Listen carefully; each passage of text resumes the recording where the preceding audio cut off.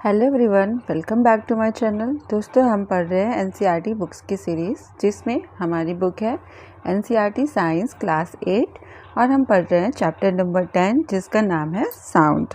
Okay, हम 9 chapter की videos upload कर चुके हैं चैनल पे। आप वहां से उसको देख के रिवाइज कर सकते हैं, पढ़ सकते हैं। ठीक है, आइए स्टार्ट करते हैं अपना चैप्टर नंबर 10, जिसका नाम है साउंड, है ना। तो स्टार्ट करते हैं।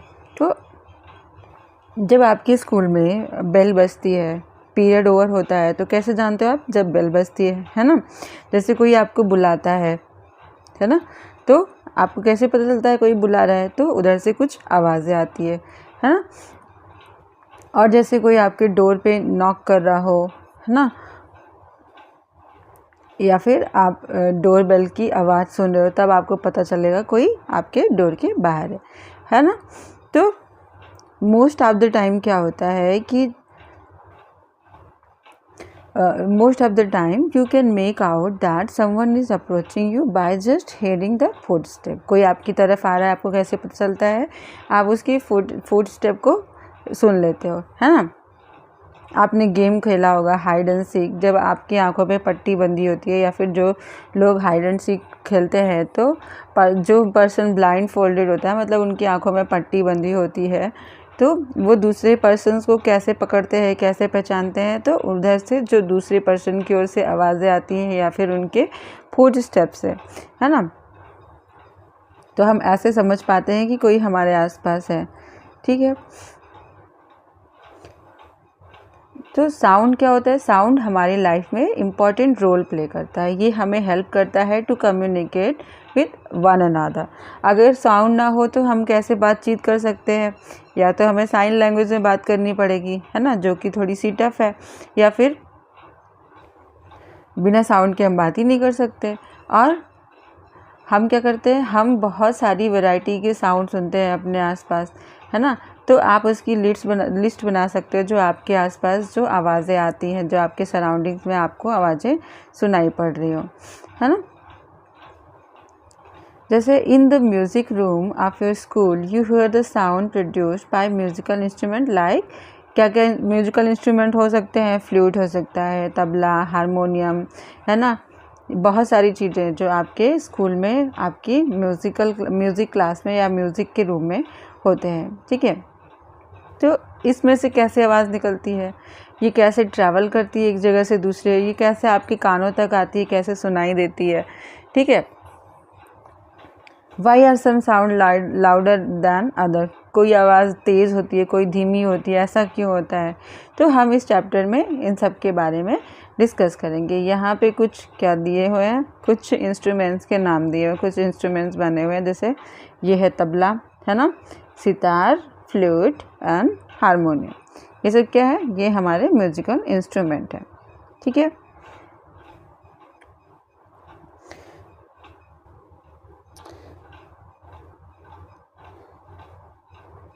Sound is produced by A vibrating body. Sound कैसे प्रोड्यूस होता है? साउंड प्रोड्यूस होता है किसी ऐसी बॉडी से जिसमें वाइब्रेशन होता है ना। Touch the school bell. जब आपकी स्कूल बेल बजती है, जब यूज़ में नहीं होती, जब साउंड नहीं कर रही थी, तब इसको टच करेंगे तो इसमें कोई भी वाइब्रेशन फील नहीं होगा। लेकिन जब इसमें साउंड प्रोड्यूस हो रहा है, जैसे ही बेल बजती है, उसके बाद आप इसको टच करोगे तो आप इसको देखोगे कि इसमें कुछ वाइब्रेशन हो रहा है। ठीक है, तो आवाज़ कहाँ से आ रही है? उस मतलब बेल के वाइब्रेशन करने के बाद आ रही है ना। साउंड वहाँ से निकल रही है। तो हम इसको एक एक्टिविटी से समझेंगे। Take a metal plate, hang it on a convenient place in such a way that it does not touch any wall. हम इसको ऐसे हैंग करेंगे कि ये दीवार को न छुए, है ना। मेटालिक प्लेट या फिर पैन को लटका देंगे ऐसे स्ट्रिंग के हेल्प से। फिर हम उसमें क्या करेंगे? फिर हम उसमें स्टिक से स्ट्राइक करेंगे। ठीक है, मतलब उसको छड़ी से उसको मारेंगे, या फिर उसमें छड़ी से उससे चोट करेंगे, तो देखेंगे कि क्या उसमें वाइब्रेशन हो रहा है कि नहीं हो रहा है। हम उसको टच करके फील करेंगे। ठीक है, Again, stick the plate with the help with the stick and hold it tightly with your hands immediately after striking. फिर हम क्या करेंगे, हम दोबारा से इसको टाइट पकड़ेंगे और स्टिक से हिट करेंगे। फिर हम इसको तुरंत देखेंगे वाइब्रेशन हो रहा है कि नहीं, क्या आप साउंड सुन पा रहे हो कि नहीं। Touch the plate after stop producing sound, जब साउंड प्रोड्यूस होना बंद हो जाए, मतलब साउंड निकलना बंद हो जाए, तो हम उसको टच करेंगे। तो हम क्या फील करेंगे, क्या अब भी वाइब्रेशन आ रहा है। तो हम देखेंगे कि जब साउंड बंद हो जा रहा है तब उसमें कोई वाइब्रेशन नहीं है। ठीक है, अब हम दूसरा एक्सपेरिमेंट करेंगे। हम अपना ज्योमेट्री बॉक्स ले लेंगे। ठीक है, उसमें एक रबर की हेल्प से 2 पेंसिल ऐसे इस तरीके से उसमें फिट कर देंगे, है ना। और उस रबड़ को बीच से क्या करेंगे, बीच से तोड़ देंगे। तो देखेंगे क्या इसमें कोई साउंड सुनाई दे रहा है हमें, क्या रबर बैंड, क्या ये जो बैंड है वो वाइब्रेट कर रहा है। तो जैसा कि हमने क्लास 6-7 में सीखा था कि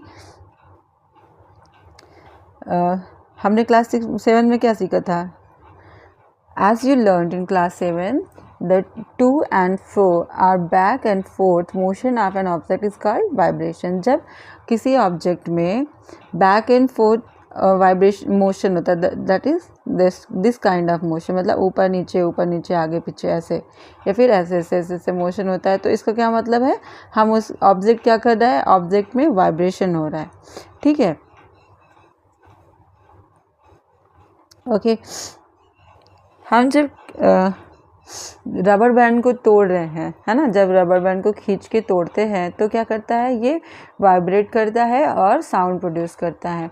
ठीक है, और जब ये वाइब्रेट करना बंद कर देता है तब क्या होता है, तब ये कोई भी साउंड प्रोड्यूस नहीं कर रहा होता। ठीक है, अब हम अगली एक्टिविटी देखेंगे, एक्टिविटी नंबर 10.3।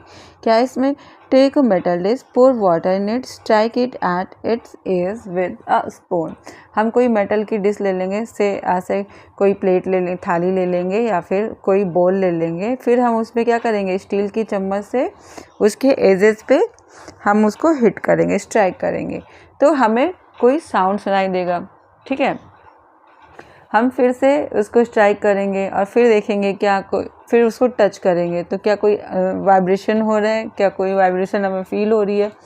ठीक है, और हम उसके बाद फिर से उसको डिश को जो है स्ट्राइक करेंगे। हम उसके सरफेस के वाटर को देखेंगे।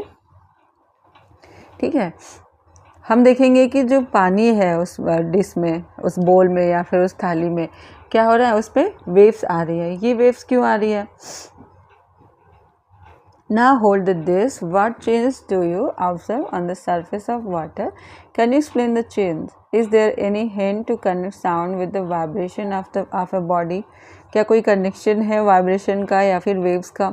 ठीक है, तो हम जानते हैं, हमने देखा कि जो वाइब्रेटिंग ऑब्जेक्ट हैं वो क्या करते हैं, वो साउंड प्रोड्यूस करते हैं। ठीक है, in some cases the vibration are easily visible to us, vibration हमें दिखाई देता है, लेकिन कुछ केसेस में क्या होता है, लेकिन मोस्ट केसेस में होता है कि वाइब्रेशन हमें दिखाई नहीं देता, है ना।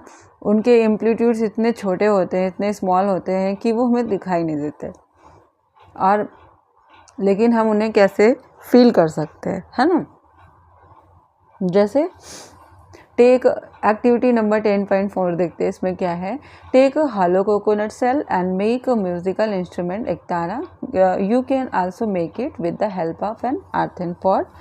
Play this instrument and identify its vibrating part.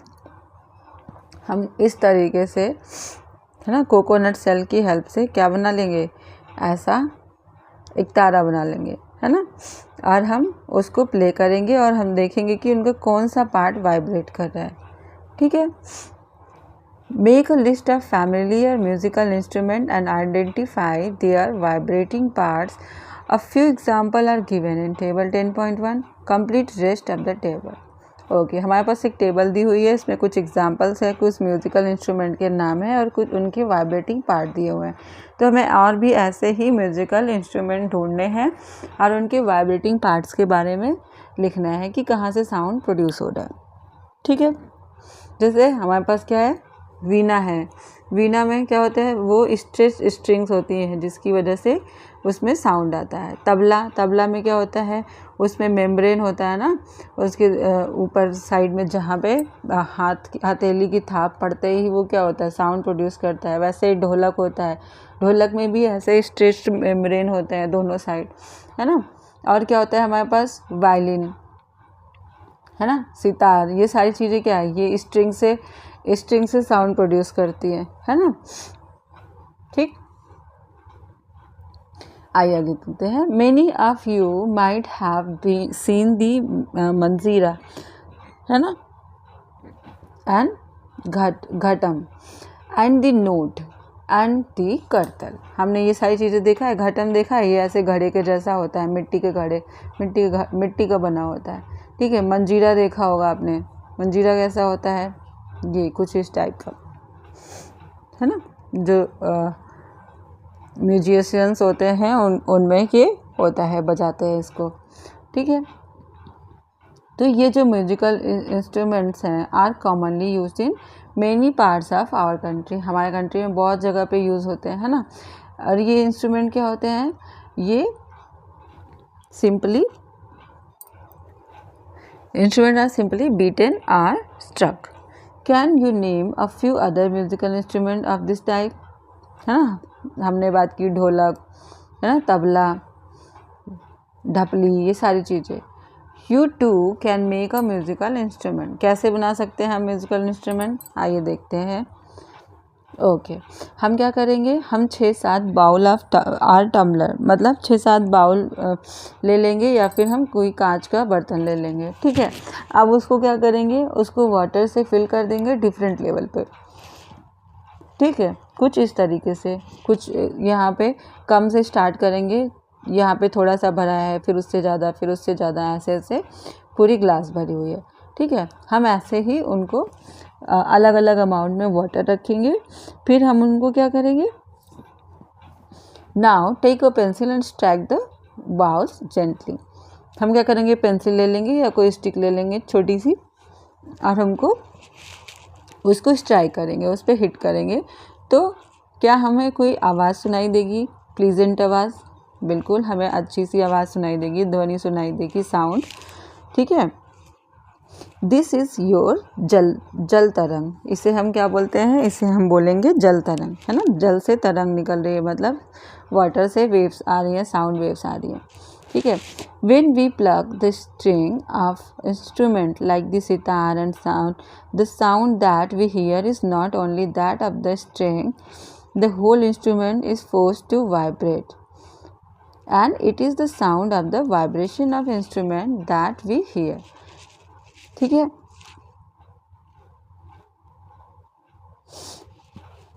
And it is the sound of the vibration of the instrument that we hear. Similarly, क्या होता है, when we strike the membrane of mridangam, जब हम मृदंगम के मेम्ब्रेन को स्ट्राइक करते हैं तो क्या होता है, साउंड आती है, ठीक है, जो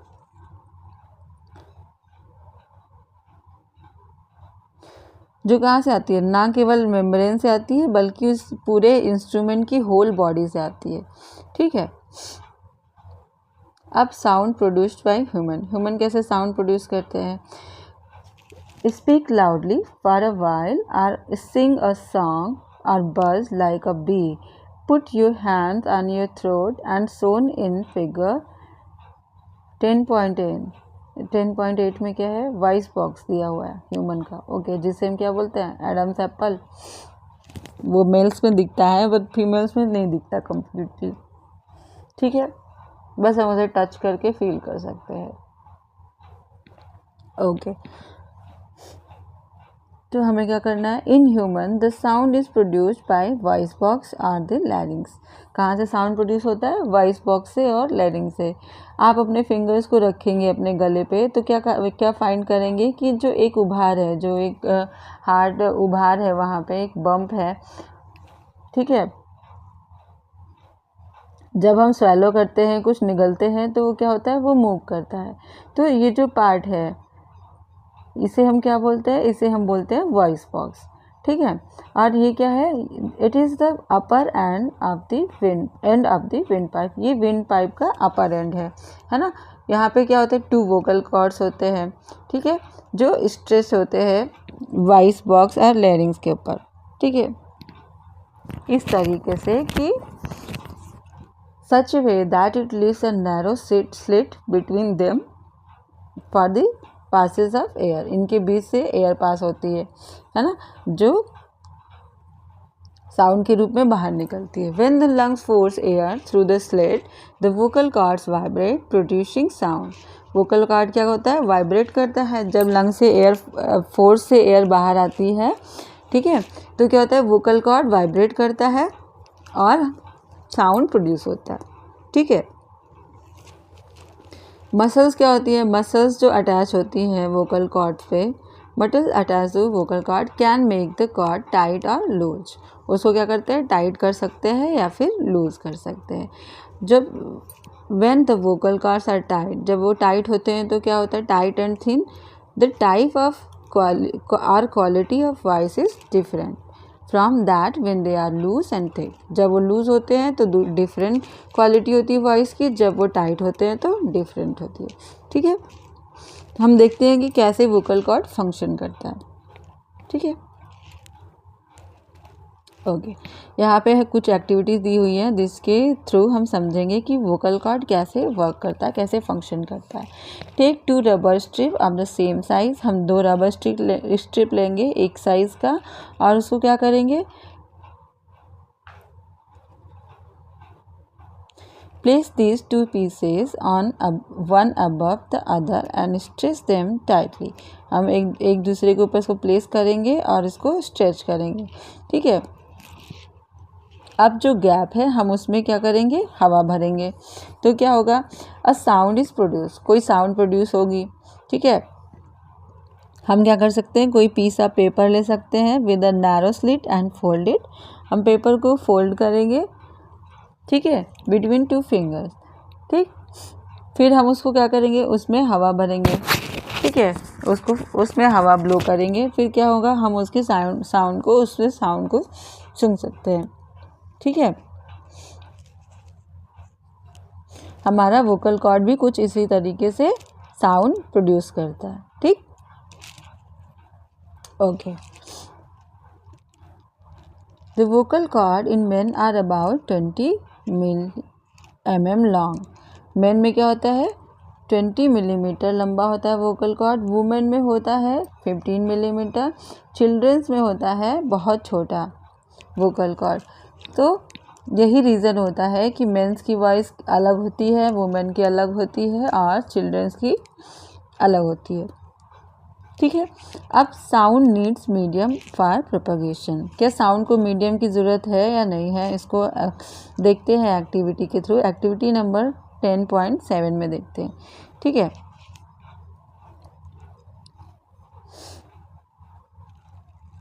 हम मेटल की एक ग्लास टम्बलर लेंगे, ठीक है, मेटल या फिर ग्लास की कोई ग्लास टम्बलर ले लेंगे, और हम मेक श्योर करेंगे कि वो सूखा हो, नहीं तो क्या होगा कि हमें उसमें फ़ोन भी प्लेस करना है, फ़ोन गीला हो जाएगा और ख़राब हो जाएगा, ठीक है।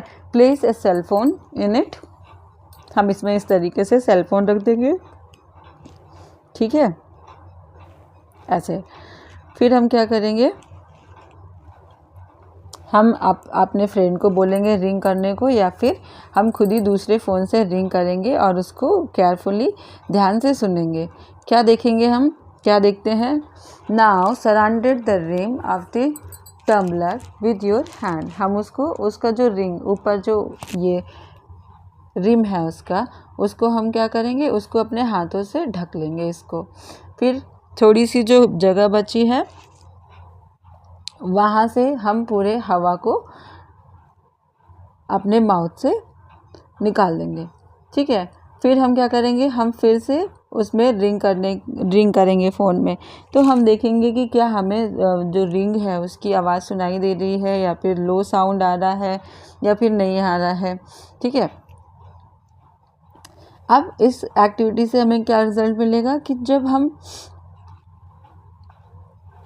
जब हम उसमें माउथ से अपने हवा निकाल दे रहे हैं उस जार से या फिर ग्लास टम्बलर से, तो क्या हो रहा है, हमें उसकी आवाज़ अच्छे से सुनाई नहीं दे रही है ना, बहुत धीमी सुनाई दे रही है या फिर सुनाई नहीं दे रही है। इसका क्या मतलब है कि जब उसमें हवा ही नहीं है ना, कोई मीडियम ही नहीं है, तो साउंड आ ही नहीं रही हमारे कानों तक। लेकिन फ़ोन तो तब भी बज ही रहा था, है ना। तो इससे क्या प्रूव हो रहा है कि साउंड को मूव करने के लिए या फिर ट्रैवल करने के लिए मीडियम की ज़रूरत पड़ती है ना। जब क्या होता है, जब हवा को कम्प्लीटली रिमूव कर दिया जाता है वेज़ल से, तो हम इसको कहते हैं कि वहाँ पे क्या हो गया, वेज़ल में वैक्यूम क्रिएट हो गया। मतलब वैक्यूम का मतलब निर्वात, मतलब वहाँ पे कोई मीडियम नहीं है, कोई हवा नहीं है, ठीक है, कुछ भी नहीं है। The sound can not travel through a vacuum, sound vacuum में ट्रेवल नहीं कर सकता, है ना। तो क्या साउंड लिक्विड में ट्रेवल करता है, तो हम इसको एक्टिविटी से देखते हैं, लिक्विड में ट्रेवल करता है कि नहीं। ठीक है, टेक अ बकेट और अ बाथटब, हम कोई बकेट ले लेंगे या फिर बाथटब ले लेंगे, उसको पानी से, साफ पानी से भरेंगे और उसमें एक छोटी सी घंटी रख देंगे अंदर, एक हाथ में पकड़ के रखेंगे और उसको ट्राई करेंगे कि मतलब उसको बॉटम से टच होने से रोकेंगे, मतलब ऐसा उसको पकड़ के रखेंगे कि वो बॉटम से टच ना हो। अब हम क्या करेंगे, सेक द बेल को सेक करेंगे, हिलाएंगे और देखेंगे कि क्या साउंड प्रोड्यूस हो रहा है। ठीक है,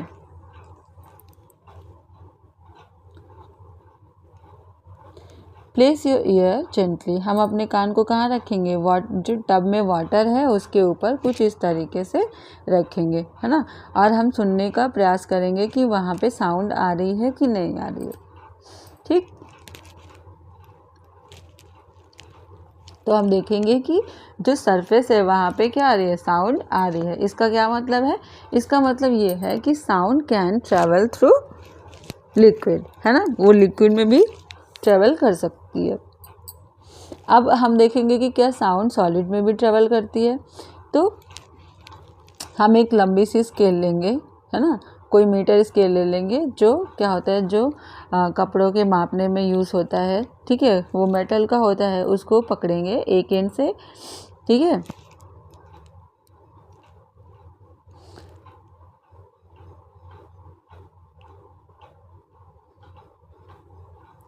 अब दूसरे एंड को क्या करेंगे, एक एंड को तो अपने कान के पास ले आएंगे और दूसरे एंड को बोल देंगे अपने दोस्त के पास, अपने दोस्त को पकड़ने को बोल देंगे और बोलेंगे उसे कि उसको बोलेंगे कि दूसरे एंड पे स्क्रैच करो। ठीक है, तो क्या हमें पहला जो एंड हमने कानों पे लगा रखा है उसमें हमें कोई स्क्रैच करने की साउंड सुनाई दे रही है या नहीं, हम अपने दोस्त से पूछेंगे। ठीक है, अपने दोस्त से भी सेम एक्टिविटी करके पूछेंगे क्या उसे आवाज़ें आ रही हैं, साउंड आ रहा है कि नहीं। ठीक है, इसको हम क्या करेंगे, टेबल पे भी परफॉर्म कर सकते हैं। हम टेबल के दो एंड पे बैठ जाएं, एक एंड पे हम और मतलब आप और आपके फ्रेंड। ठीक है, आप ट्राई करो एक एंड पे टैप करके या फिर स्क्रैच करके, क्या दूसरे एंड पे वो स्क्रैच करने की साउंड आ रही है कि नहीं आ रही है। तो हम फाइंड करते हैं, हमें क्या मिलता है कि जो साउंड है वो ट्रैवल कर रही है वुड में और मेटल में भी। ठीक, क्योंकि बिना ट्रैवल किए तो एक एंड से दूसरे एंड जाएगी नहीं, अगर दूसरे एंड तक जा रही है तो इसका मतलब है वो ट्रैवल कर रही है मेटल में और वुड दोनों में। In fact sound can travel through any solid, वो किसी भी सॉलिड में ट्रैवल कर सकती है। ठीक है,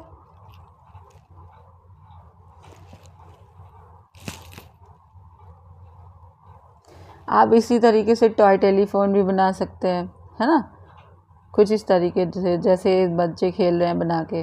ठीक, can you say that sound can travel through string, क्या साउंड स्ट्रिंग के थ्रू ट्रैवल कर सकता है या नहीं कर सकता। तो हमने सीखा है क्या, हमने सीखा है कि जो वाइब्रेटिंग एलिमेंट्स होते हैं, जो वाइब्रेटिंग ऑब्जेक्ट्स होते हैं, वो क्या करते हैं, वो साउंड को प्रोड्यूस करते हैं। ठीक है, और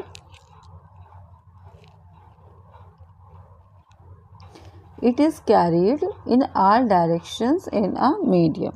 The medium could be a gas. medium क्या हो सकता है? गैस भी हो सकता है, लिक्विड हो सकता है और सॉलिड भी हो सकता है. ठीक है. हम कैसे सुन सकते हैं साउंड को? आइए देखते हैं. We hear sound through our ears. हम कैसे सुनते हैं? अपने कानों से सुनते हैं.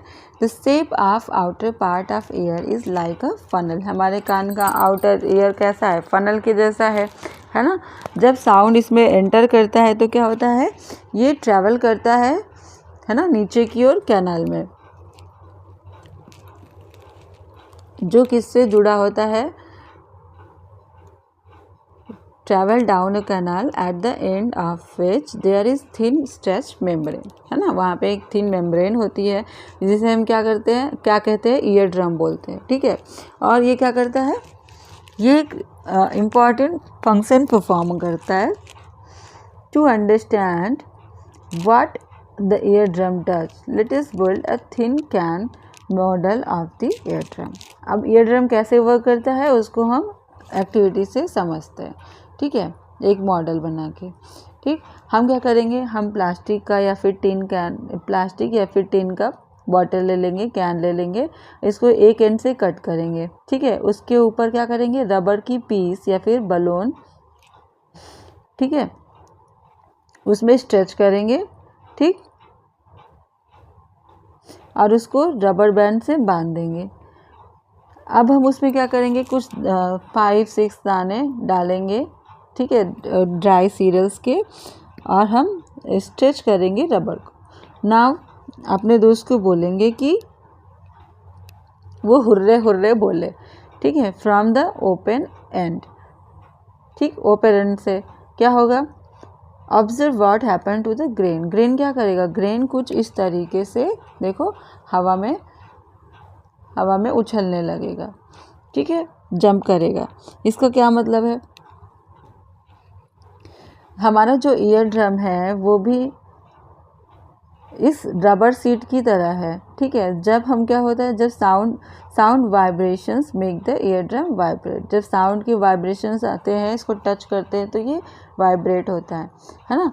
The ear drum sends vibration to the inner ear. Ear drum उसको इनर ईयर में भेजता है. ठीक है, यहाँ क्या होता है? यहाँ से जो सिग्नल है वो ब्रेन तक पहुँचता है और इस तरीके से हम सुन पाते हैं. ठीक है, हमारा ब्रेन समझ पाता है कि क्या बोला जा रहा है. ठीक है, अब एम्पलीट्यूड और टाइम पीरियड और फ्रीक्वेंसी क्या होते हैं, या फिर फ्रीक्वेंसी या फिर वाइब्रेशन क्या होता है? ठीक है, देखते हैं. हमने सुना है, हमने सीखा है कि मोशन जो है, motion of an object is known as vibration.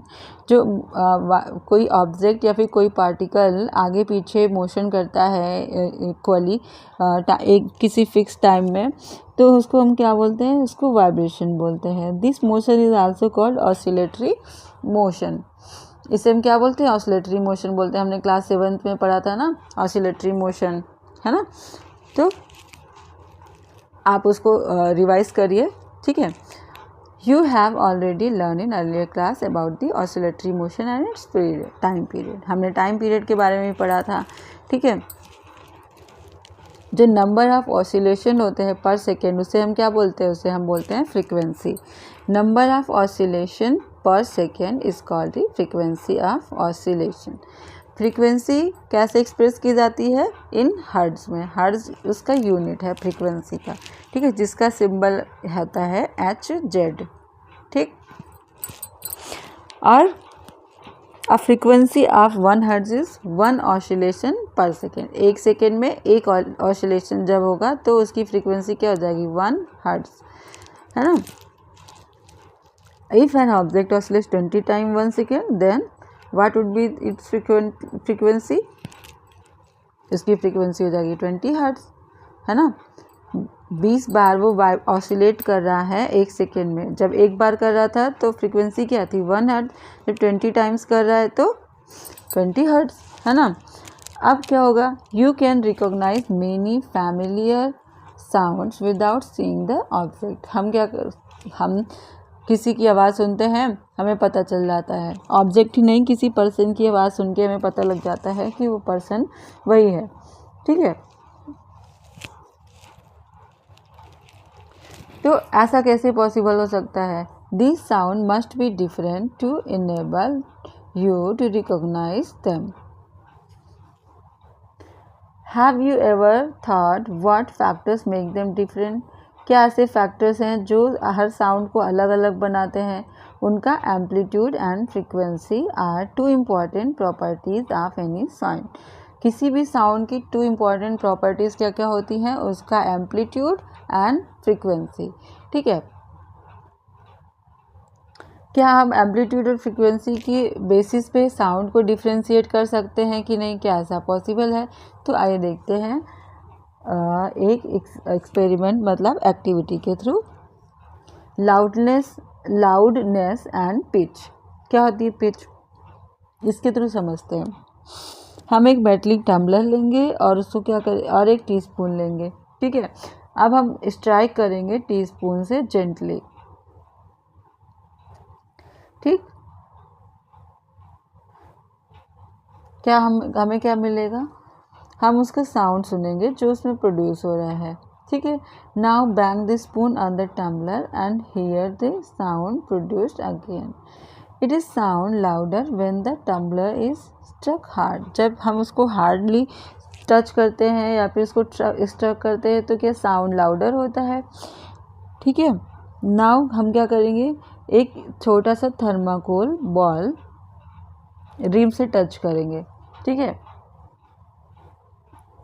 Vibrate the tumbler by striking it. हम उसको स्ट्राइक करेंगे, उसमें वाइब्रेशन होगा। ठीक है, तो हम देखेंगे कि कितनी दूर जाके वो जो बॉल हमने थर्माकोल का उस पर अटैच किया था वो कहाँ चला गया, डिस्प्लेस हो गया। The displacement of ball is measure of the amplitude of vibration of tumbler. ये जो डिस्प्लेसमेंट हुआ ना बॉल में, यही उसका एम्पलीट्यूड शो कर रहा है वाइब्रेशन का। ठीक है, अब हम क्या करेंगे, उसको धीरे से आराम से स्ट्राइक करेंगे टम्बलर को, फिर उसके बाद थोड़ा सा तेज।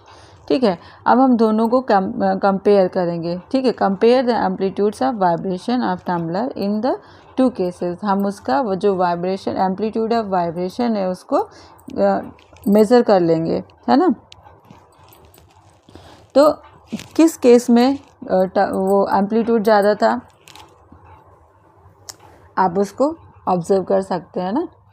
Loudness of sound is proportional to the square of the amplitude of vibration producing the sound. तो साउंड की लाउडनेस कैसे हम पता करेंगे? Loudness of sound is proportional to the square of amplitude of the vibration producing the sound. जितना amplitude है उसके square के बराबर होता है उसका लाउडनेस। ठीक है, for example, if the amplitude becomes twice, the loudness increased by factor of 4, है ना, क्योंकि हम 2 का स्क्वायर करेंगे तो 4 हो जाएगा, वो 4 टाइम्स बढ़ जाएगा। लाउडनेस हम कैसे एक्सप्रेस करेंगे? इसे हम एक्सप्रेस करते हैं डेसिबल में, dB, है ना। और नीचे एक टेबल दिया हुआ है जिससे हमें डिफरेंट टाइप के एक्टिविटीज़ के से निकलने वाले साउंड्स के बारे में बताया गया है। ठीक है, जैसे हम नॉर्मल ब्रीथ करते हैं तो 10 डेसिबल उसकी साउंड होती है ना। और सॉफ्ट विस्पर में 30 डेसिबल। नॉर्मल कन्वर्सेशन में क्या होता है 60 डेसिबल। और बिजी ट्रैफिक में आवाज़ कितनी होती है, साउंड कितनी होती है, लाउडनेस 70 डेसिबल। और एवरेज फैक्ट्री वॉइस लाउडनेस कैसी होती है 80 डेसिबल, है ना। ये आप याद कर लेना। और जो 80 डेसिबल के ऊपर का नॉइज़ होता है वो क्या होता है, वो फिज़िकली पेनफुल होता है, मतलब हमारे कानों को हर्ट करता है। ठीक है, the loudness of sound depends on the amplitude. Loudness of sound किस पे डिपेंड करता है? एम्पलीट्यूड पे डिपेंड करता है ना। हमने देखा था एम्पलीट्यूड हम 2 टाइम्स बढ़ा रहे हैं तो लाउडनेस 4 टाइम्स बढ़ जा रहा है। When the amplitude of vibration is large, कब लार्ज होता है? The sound produced is loud. जब क्या होता है एम्पलीट्यूड वाइब्रेशन लार्ज होता है तो साउंड उसमें से जो प्रोड्यूस हो रही है ऑब्जेक्ट से वो भी क्या होगी, लाउड होगी। ठीक है, जब एम्पलीट्यूड स्मॉल होगा तो जो साउंड प्रोड्यूस कर रहे हैं हम वो भी क्या होगी, वो भी फेबल होगी, मतलब कमज़ोर होगी। अब compare the sound of a baby with that of an adult. अब बेबी का साउंड आप कंपेयर करो किसी एडल्ट से। ठीक है, क्या इसमें कोई डिफरेंस है? हाँ है। तो even if two sounds are equally loud, दो साउंड इक्वली लाउड हो सकते हैं और वो अलग अलग भी हो सकते हैं। हम देखते हैं इसको। ठीक है, आगे the frequency determines the shrillness और पिच ऑफ अ साउंड। जो फ्रीक्वेंसी होती है ना वो क्या करती है, वो साउंड की पिच को डिटरमाइन करती है कि पिच हाई है या फिर लो है। If the frequency of vibration is higher, जब वाइब्रेशन की फ्रीक्वेंसी ज़्यादा होती है तो साउंड की क्या पिच क्या होती है, हायर होती है। जब फ्रीक्वेंसी ऑफ वाइब्रेशन लोअर होती है तो हम क्या कह सकते हैं कि साउंड की पिच लोअर है ना, साउंड की पिच कम है। जैसे कोई ड्रम वाइब्रेट करता है विद अ लो फ्रीक्वेंसी। ठीक है, देयरफॉर इट प्रोड्यूसेस, ये क्या प्रोड्यूस करता है, therefore it produces a low pitch sound, वो एक लो पिच साउंड प्रोड्यूस करता है। और वहीं पे दूसरे साइड में कोई सीटी है, अगर कोई विसल है, ठीक है, उसकी क्या है, उसकी हाई फ्रीक्वेंसी है, इसलिए क्या करती है, ये हायर पिच की साउंड प्रोड्यूस करती है।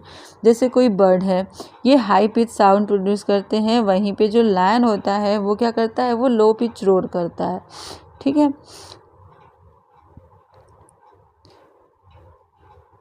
जबकि क्या होता है, जो लायन का रोर होता है वो बहुत तेज होता है। ठीक, और जो बर्ड की साउंड होती है वो धीमी होती है, कमज़ोर होती है। हालांकि पिच हायर है लेकिन उसका साउंड जो है वो उसकी लाउडनेस कम है। ठीक है, every day you hear the voice of children and adult, हम डेली सुनते रहते हैं बच्चों को, एडल्ट्स को। ठीक है, क्या हमें कोई डिफरेंस दिखाई देता है उनकी वॉइस में?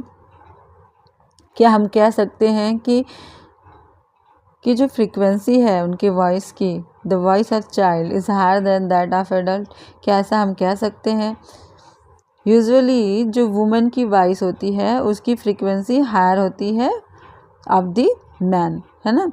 अब ऑडिबल और इनऑडिबल साउंड्स कैसे होते हैं, किन्हें हम ऑडिबल साउंड कहेंगे, किन्हें इनऑडिबल साउंड कहेंगे। हम जानते हैं कि किसी बॉडी में साउंड को प्रोड्यूस करने के लिए उसमें वाइब्रेशन होना चाहिए। ठीक है, क्या हम सारी वाइब्रेटिंग बॉडीज़ की आवाज़ें सुन सकते हैं? क्या ऐसा होता है, उनमें से साउंड सुन सकते हैं? The fact is that sound of frequencies less than 20 vibration per second can not be detected by the human ear. जो 20 हर्ट्ज़ के नीचे के साउंड्स होते हैं उन्हें हम डिटेक्ट नहीं कर सकते। 20 हर्ट्ज़ मतलब 20 वाइब्रेशन पर सेकेंड, मतलब एक सेकेंड में 20 वाइब्रेशंस हो रहे हैं अगर किसी बॉडी में, किसी ऑब्जेक्ट में, तो हम उसकी साउंड को ऑब्जर्व नहीं कर सकते, मतलब उसकी साउंड को हम हेयर नहीं कर सकते, ह्यूमन बीइंग। ठीक है, तो ऐसे साउंड को हम क्या बोलते हैं, इनऑडिबल साउंड, जिन्हें हम सुन ही नहीं पा रहे हैं। ठीक है, on the higher side sound of frequencies higher than about 20,000 vibration per second. अगर 20,000 वाइब्रेशन पर सेकेंड होता है तो हम इसे भी नहीं सुन सकते। ठीक है, जो ह्यूमन ईयर है वो इसे नहीं सुन सकते। तो ह्यूमन ईयर के लिए जो ऑडिबल फ्रीक्वेंसीज है वो क्या है, 20 हर्ट्ज़ से 20,000 हर्ट्ज़। ठीक है, तो कुछ एनिमल क्या करते हैं, वो सुन पाते हैं मोर देन 20,000 हर्ट्ज़ की फ्रीक्वेंसीज़ को। ठीक है, डॉग्स हैं वो भी उनकी भी एबिलिटी होती है ना, डॉग्स के पास ये एबिलिटी होती है कि वो 20,000 हर्ट्ज़ के ऊपर की फ्रीक्वेंसी को या फिर साउंड को सुन सके। ठीक है, जो पुलिस होती है वो क्या करती है, वो हाई फ्रीक्वेंसी की विशल यूज़ करती है। ठीक है, जो क्या होता है, जो डॉग तो सुन सकते हैं लेकिन ह्यूमंस नहीं सुन पाते। ठीक है, The ultrasound equipment familiar to us for investigating and tracking many medical problems work at frequencies higher than 20,000 Hz. ठीक है, जो अल्ट्रासाउंड होते हैं, अल्ट्रासाउंड इक्विपमेंट होते हैं, ठीक है, वो क्या करते हैं, वो भी साउंड क्रिएट करते हैं मोर देन, वो भी 20,000 मतलब 20,000 हर्ट्ज के ऊपर फ्रीक्वेंसी के ऊपर काम करते हैं. ठीक है, ओके आगे देखते हैं. नॉइज़ एंड म्यूज़िक, क्या डिफरेंस है नॉइज़ एंड म्यूज़िक में? दोनों में ही साउंड होता है, तो डिफरेंस क्या है? We hear different type of sounds around us. It is the sound always pleasing. Always pleasing होता है? नहीं होता, क्योंकि कभी कभी हमें साउंड इतना परेशान कर देता है कि हम अपना कान दबा के बैठ जाते हैं, है ना. तो कभी कभी साउंड बहुत प्लीजिंग होता है, बहुत कंफर्टेबल होता है. तो ऐसा क्यों होता है? Suppose construction work is going on your neighbourhood. हमारे आसपास कहीं कंस्ट्रक्शन वर्क हो रहा होता है, ठीक है, तो ऐसे साउंड क्या करते हैं, हमें बहुत ही परेशान कर देते हैं, है ना. वहाँ सिर दुखने लग जाता है. और क्या जब कोई बसेस और ट्रक्स में वाइब्रेट साउंड्स होते हैं हॉर्न के, क्या हम उनको एंजॉय करते हैं? नहीं करते. Such unpleasant sound are called noise. इस टाइप के साउंड्स को हम क्या बोलते हैं? नॉइज़ बोलते हैं. ठीक है, जैसे किसी क्लासरूम में सभी स्टूडेंट क्या करते हैं, सभी स्टूडेंट एक साथ बोलने लग जाएं, तो क्या होगा? इस साउंड को हम क्या बोलेंगे? इसे हम नॉइज़ बोलेंगे, है ना. और वहीं पे दूसरी तरफ क्या होता है कि हम कुछ साउंड को एंजॉय करते हैं, जैसे जो साउंड म्यूजिकल इंस्ट्रूमेंट्स में निकलते हैं, है ना, जो जैसे कुछ सॉन्ग्स हो गए, हम उनको क्या करते हैं? एंजॉय करते हैं. म्यूजिकल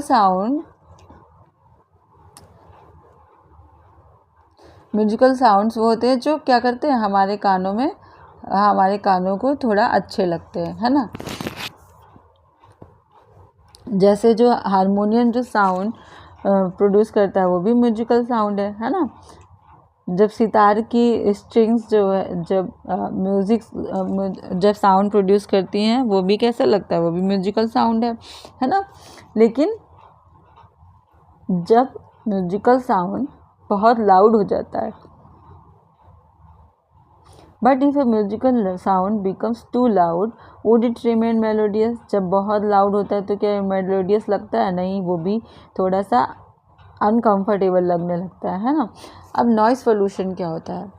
हमने सुना है कि एयर पोल्यूशन, है ना, presence of unwanted gases and particles in air is called air pollution, है ना. जो पीएम पार्टिकल्स होते हैं, है ना, और जो कार्बन डाइऑक्साइड, ये सारी चीज़ें हम एयर में छोड़ते हैं, ये सब क्या है? ये पोल्यूशन है. ठीक है. A presence of excessive or unwanted sound in environment is called noise pollution. जैसे हम अनवांटेड गैसेस को छोड़ते हैं एयर में, वैसे ही क्या होती है, एयर में बहुत सारी अनवांटेड साउंड्स भी हम वहाँ पे प्रेजेंट होती हैं, तो हम उसको क्या बोलते हैं? उसे हम बोलते हैं नॉइज़ पोल्यूशन. ठीक है, जैसे हम उनमें से कुछ का लिस्ट बना सकते हैं क्या? आप ट्राई करना. जैसे व्हीकल्स के साउंड्स होते हैं, वो क्या करते हैं? वो नॉइज़ पोल्यूशन बनाते हैं. गाड़ियाँ खड़ी होती हैं, पता है ट्रैफिक है, फिर भी वो हॉर्न बजाते रहते हैं, है ना. तो इससे क्या हो रहा है? इससे नॉइज़ पोल्यूशन होता है. ठीक है. एक्सप्लोजन्स और बस्टिंग क्रैकर्स, जब क्रैकर्स बजाते हैं तो कितना तेज़ आवाज़ करता है धड़ाम से, तो वो भी क्या होता है? वो भी क्या के एटमॉस्फेयर में घूमता है, तो इससे क्या होता है? Air noise pollution. ठीक. मशीन्स और लाउड स्पीकर्स की जो आवाज़ होती है, वो भी तो नॉइज़ पोल्यूशन. ठीक है. Television and transistor radio at high volumes, some kitchen appliances, dessert cooler, air conditioner all contribute to noise pollution. जब हम टेलीविज़न को ज़रूरत से ज़्यादा आवाज़ में सुनेंगे, ट्रांजिस्टर को ज़्यादा तेज़ आवाज़ में सुनेंगे, रेडियो को सुनेंगे, तो क्या होगा? हम नॉइज़ पोल्यूशन कर रहे होंगे, है ना. ये सारी चीज़ें क्या करती हैं? ये कंट्रीब्यूट करती है नॉइज़ पोल्यूशन में, है ना. तो हमें टीवी देखते वक्त ध्यान रखना चाहिए कि हमें लो साउंड में सुनना है. ठीक है. What are the harms of noise pollution? Noise pollution के हार्म्स क्या हैं? Do you know that presence of excessive noise in इस सराउंडिंग में cause many health related problem. क्या क्या प्रॉब्लम्स क्रिएट कर सकते हैं ये? तो ये हमारे लैक ऑफ स्लीप को बढ़ा देते हैं, मतलब हमें स्लीपिंग करने में दिक्कत होगी, हम सो नहीं पाएंगे, ठीक है। और हाइपरटेंशन, हाई ब्लड प्रेशर हो जाएगा, और एंजाइटी, बहुत सारी और भी डिजीज़ डिसऑर्डर्स हो सकते हैं, ठीक है। कोई पर्सन है जो एक्सपोज्ड है लाउड पोल्यूशन में, नॉइज़ पोल्यूशन में, ठीक है, तो क्या होता है उससे? A person who is exposed to loud sound continuously may get temporary or even permanent impairment of hearing. उसे क्या हो जाता है? उसे hearing loss हो सकता है ना, या तो temporarily या फिर permanently। जैसे कभी कभी हम पटाखे बजाते हैं तो क्या होता है, हमारे कान उड़ जाते हैं, है ना, हम क्या बोलते हैं, हमारे कान सुन हो गए, कान में आवाज़ नहीं आ रही, है ना। तो क्यों हुआ? क्योंकि वहाँ पे जो इतना तेज़ नॉइज़ हुआ था उसकी वजह से, ठीक है। तो ये तो टेम्परेली होता है, कभी कभी क्या हो सकता है कि ये परमानेंटली हो जाए, तो हम अपनी हेयरिंग कैपेसिटी को लॉस कर देंगे, ठीक है, हमें हेयरिंग लॉस हो सकता है नॉइज़ पोल्यूशन से, ठीक है। Measures to limit noise pollution. हम नॉइज़ पोल्यूशन को कैसे लिमिट कर सकते हैं? क्या मेजर्स ऐसे लें कि नॉइज़ पोल्यूशन को लिमिटेड कर दें या फिर उनको कंट्रोल कर लें? टू कंट्रोल नॉइज़ हमें क्या करना चाहिए? हमें नॉइज़ के सोर्सेस को कंट्रोल करना चाहिए, ठीक है। और ये कैसे अचीव होगा, कैसे हम कंट्रोल कर पाएंगे? For this silencing devices must be installed in aircraft, engines, transport vehicles, industrial machines and home appliances. हमें क्या करना चाहिए? हमें साइलेंसिंग डिवाइसेस उपयोग करना चाहिए, ठीक है। जैसे किन में? एयरक्राफ्ट में, एयरक्राफ्ट के इंजन में, ट्रांसपोर्ट व्हीकल्स में, इंडस्ट्रियल मशीन्स में और होम अप्लायंसेस में। तो इससे क्या होगा? जब हम साइलेंसर यूज़ करेंगे तो उससे जो साउंड प्रोड्यूस हो रही है वो बाहर नहीं जाएगी, ठीक है। How can the noise pollution be controlled in the residential area? जितने भी नॉइज़ी ऑपरेशंस हैं उन्हें क्या करना चाहिए? All noisy operations must be conducted away from any residential area। जितनी भी नॉइज़ी चीज़ें हमें रेसिडेंशियल एरिया से दूर रखनी चाहिए, है ना। जो नॉइज़ प्रोड्यूसिंग इंडस्ट्रीज़ हैं उन्हें क्या करना चाहिए? उन्हें रिहायशी एरिया से अलग रखना चाहिए, है ना। और जो ऑटोमोबाइल्स के हॉर्न्स हैं उनको मिनिमाइज रखना चाहिए। टीवी और म्यूज़िक सिस्टम, इनको क्या करना चाहिए? इन्हें लो वॉल्यूम में चलाना चाहिए, ठीक है। Trees must be planted along the road and around buildings to cut down the sound reaching the residents, thus reducing the harmful effect of noise pollution। हम क्या कर सकते हैं? रोड के साथ साथ हम ट्रीज़ को प्लांट कर सकते हैं। इससे क्या होगा? रोड पे जो व्हीकल्स जा रहे हैं उनसे जो साउंड प्रोड्यूस कर रही है वो ट्रीज़ के द्वारा एब्जॉर्ब हो जाए, है ना। और हमें क्या करना चाहिए? इससे क्या होगा? इससे जो साउंड रेसिडेंट्स की ओर जा रही है उसे हम रिड्यूस कर सकते हैं, ठीक है।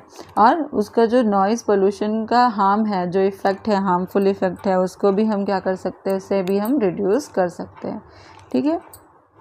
यहाँ पे हियरिंग इम्पेयरमेंट के बारे में कुछ लिखा हुआ है, आइए देखते हैं। Total hearing impairment which is rare. Total hearing impairment बहुत कम लोगों को होता है, ठीक है। ये यूजुअली बर्थ के साथ होता है, ठीक है। Partially disability is generally the result of disease, injury और एज। जो पार्शियली हियरिंग लॉस होता है वो किसकी वजह से होता है? या तो कोई रोग हो जाता है, कोई बीमारी हो जाती है, या फिर कोई इंजरी हो जाती है, जैसे कान में चोट लग गया, है ना, कभी पानी चला गया। और जब लोग बूढ़े हो जाते हैं, जब उनकी एज ज़्यादा हो जाती है तो क्या होता है? उनकी हियरिंग लॉस हो जाता है, ठीक है। जो चिल्ड्रंस हैं, जो इम्पेयर्ड चिल्ड्रंस हैं, उनको स्पेशल केयर की ज़रूरत पड़ती है, ठीक है। By learning sign language such children can communicate effectively. उन्हें फिर साइन लैंग्वेज सिखा के हम क्या कर सकते हैं? उनको कम्युनिकेशन करने में एक्सपर्ट बना सकते हैं, मतलब उनको साइन लैंग्वेज सिखा के उनके साथ कम्युनिकेट कर सकते हैं। Because speech develops as a direct result of hearing, a child with a hearing loss may have defective speech also. क्योंकि स्पीच क्या होती है, जब हम सुनेंगे नहीं तो बोलेंगे कैसे, है ना। जब हमारी हेयरिंग लॉस है बाय बर्थ, तो हम कोई चीज़ सुन ही नहीं पाएंगे, तो हमें पता ही चलेगा वो साउंड होती कैसे है, तो वो साउंड हम प्रोड्यूस भी नहीं कर पाएंगे। इस वजह से क्या होता है, जिनकी हेयरिंग वीक होती है या फिर जिन्हें हेयरिंग लॉस होती है, उन्हें स्पीच की भी प्रॉब्लम होती है। ठीक है। Technological device for the hearing impaired have made it possible for such person to improve their quality of life. कुछ डिवाइसेस बनाई गई हैं, कुछ हेयरिंग एड बनाए गए हैं to improve their hearing capacity. ठीक है, हेयरिंग क्वालिटी। और जब उनकी हेयरिंग क्वालिटी इम्प्रूव होगी, उनकी लाइफ क्वालिटी भी इम्प्रूव हो जाएगी। ठीक है।